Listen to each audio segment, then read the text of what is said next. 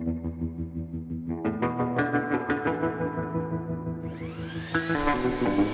to Rick Fry in Real Time. We are brought to you by Stream Grace Network and Oneness Ministries. My guest today is Tony Foster. That's me. That's you. Thank you for coming. Of course. Thank you for having me again. Yeah, well, it's been a while since we did it. I've known Tony for a little over 5 years, right? Do you think? Yeah, that sounds about right. I was going to say maybe more like, oh gosh, it's been more than 5 years. 6 years, right? maybe. Yeah, who cares? We Like 8 years. Really? Yeah. Wow. Yeah. I've known Tony for a little over 8 years. Yeah. I believe I can say with confidence that you love God and that you know how to worship Him. Yeah, definitely. Because Tony was on the worship team at Life Church. Yep. Did you lead? Were you lead? Yeah. I was a worship lead there as a contractor, but definitely led several Sundays and sometimes would fill in for the worship pastor if she wasn't around, and got kind of acclimated into some of that. Yeah. But that's in the past. Yeah. And you have new pursuits now. Tell us a little bit about that. Yeah, well, I mean, ever since, before that time, I've been an artist, kind of pursuing music as a career in songwriting.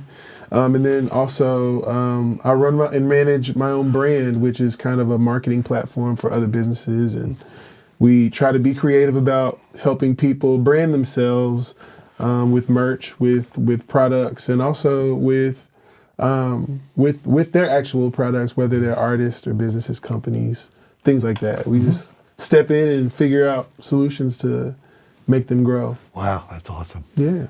So, well, we're going to talk about distractions today. And it's as I thought about this and did a little bit of research, it's a pretty interesting topic. Because I think when someone accepts Christ, their intent is to become a good person. Yeah. So the logical question is, what does that mean to be good? Who sets the standards for what is good, for what is bad? We have civil laws, federal laws, biblical laws, and the goal is to obey all of those laws. If we break a civil law, federal law, we get fined or imprisoned, or depending on the offense, it could even put you to death. And there are 613 laws to be kept under the law God gave to Moses. The consequences of breaking just one of those 613 is that you've broken all of them. Yeah. But Jesus' death and resurrection changed the covenants, fulfilled the old, and brought us under the perfect new covenant and freed us of the burden of the old. Sin is resolved. We are indwelled by God's Spirit and completely free from sin. He has made us new creations, period. So what distracts us from living out of that truth?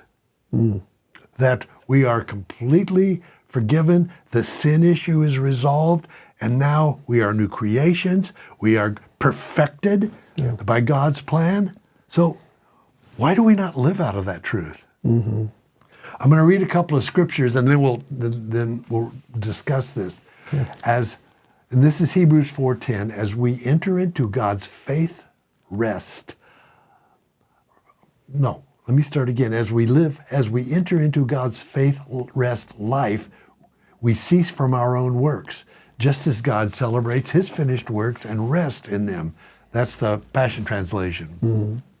The NET is, for the one who enters God's rest has also rested from his works, just as God did from His own works. Yeah. And I think what they're talking about in terms of he who enters into the rest has rested from his works. And this is my opinion, and you're free to disagree, is that the work is to be pleasing to God, is to follow the law, is to try to do what we are told is right and avoid what we're told is wrong. That's a work for us. And God says, I want you to rest from that work. I want you to enter into my rest, because I've completed it all. I've done everything, and now I'm resting, and you get to rest because that applies to you. Yeah. Would you agree with that? I would agree with that.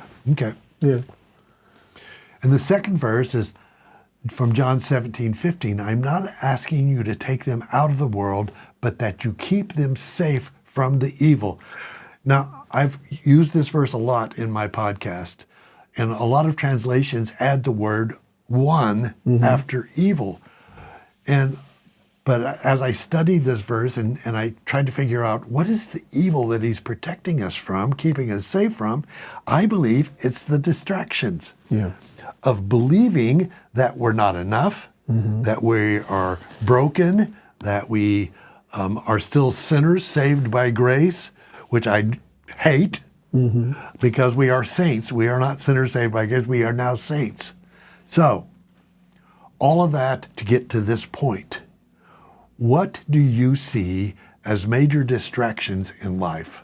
I mean, to be quite simple, like it just can't be that easy, you know? Yeah. I think, gosh, man, there are lots of different reasons why people are kind of born into this ideal that perfection or anything good takes a massive amount of effort and work. And there's this, ongoing kind of cultural narrative that, if you don't put in the work, you don't get the results. Well, there's a verse, and I don't remember where it is, but Paul has written that if you don't work, you don't eat. Right.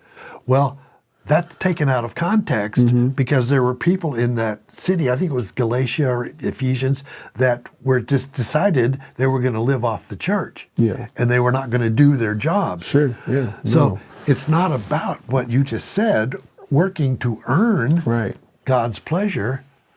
But yeah, I totally agree with But that. I think, in a really, human way, that makes sense to us. Yes. Like that notion that you strive to achieve. Yep.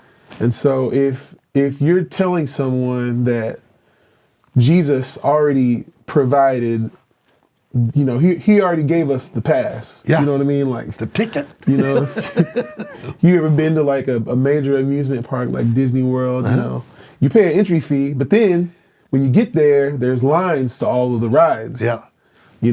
But you can buy a fast pass. you can. They're like, we got you for $35 to get in the door. Yeah. Now, if you pay another $60, you can get to the front of the line. You don't have to wait. And people are like, sign me up. Yeah. But if we recognize that Jesus paid that $60 already for us. Yes, he did. We got the fast pass from Jesus. So I mean, there's a piece with understanding that comes from reliance and dependence on God, and a lot of people that feel that way, they are easily distracted by the works or the things that they feel like need to be achieved because they haven't yet made that connection to the fact that God came in the form of man and he gave his life for our sins. I mean, you can know that story and understand the happenings of it all, and somebody can tell you that means this, but if you haven't had any experiences or encounters where you're seeking God and you have received instruction that you know for a fact doesn't come from anything you could have come up with. Yep. And you've experienced life in such a way to where you know that your dependence on God is the only way you can achieve, is the only way that you can it's really the only way that you would have made it to where you have in your life, whether that be with your family, with your own mental stability or whatever that is, until you have come into those situations where you recognize that only the grace of God saved me from those things. You can't fathom that. Right.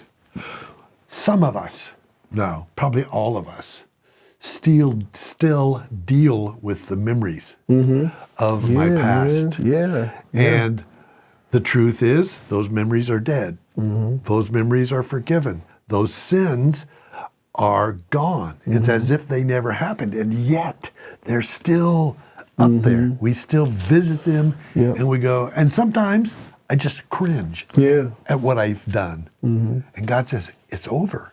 You can be at peace, but I did it. You don't understand. But they're still mad about it. And the good news is God's not mad about it. Right. That is so incredible. They're still mad about it. Yeah, they're still mad at you. You know, but what can I do to fix it? You know, I mean, yeah, no, What we've described, what you've described very well, is the easy part. We have the information. right. We have it in our brains. So how do we believe it? How do we make it real in the way we approach life and how we live life and how we interact with other people? Yeah, Christians or unbelievers. We have a responsibility to interact with them in a way that represents who we are, Right. because God has changed us that much. Yeah. Anything you want to add to that? No, I mean, gosh, I could, but I think we've gotten through that really well, and I feel comfortable about moving on from that.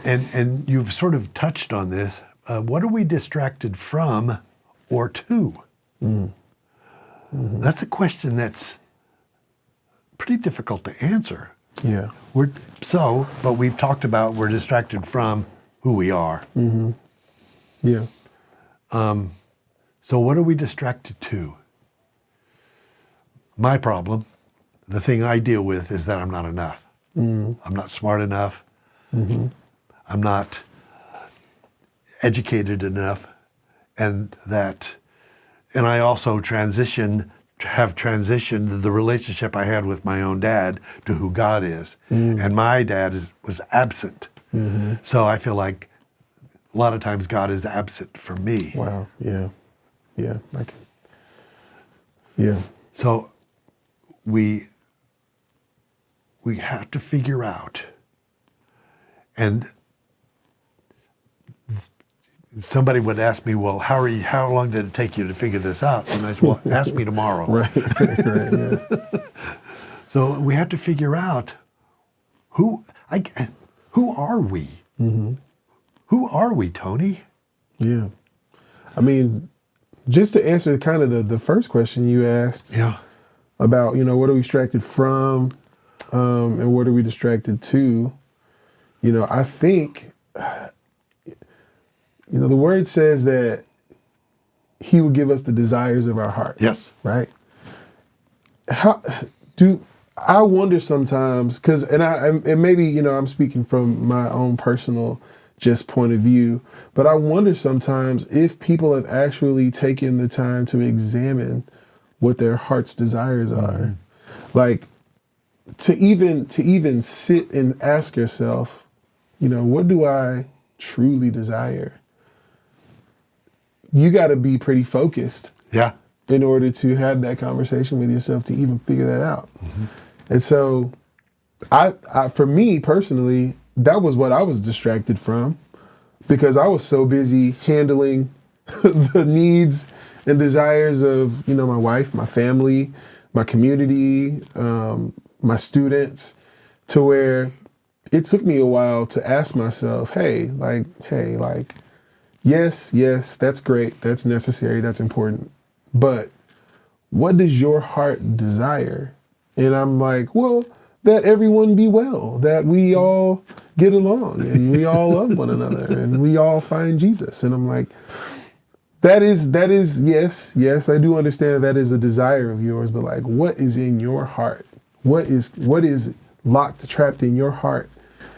And for me, the distractions of just continuing to manage relationships more prominently than asking those things of myself was a huge distraction. And I always say, I'm just like the rest of us. If I can feel that way, anybody can feel that way.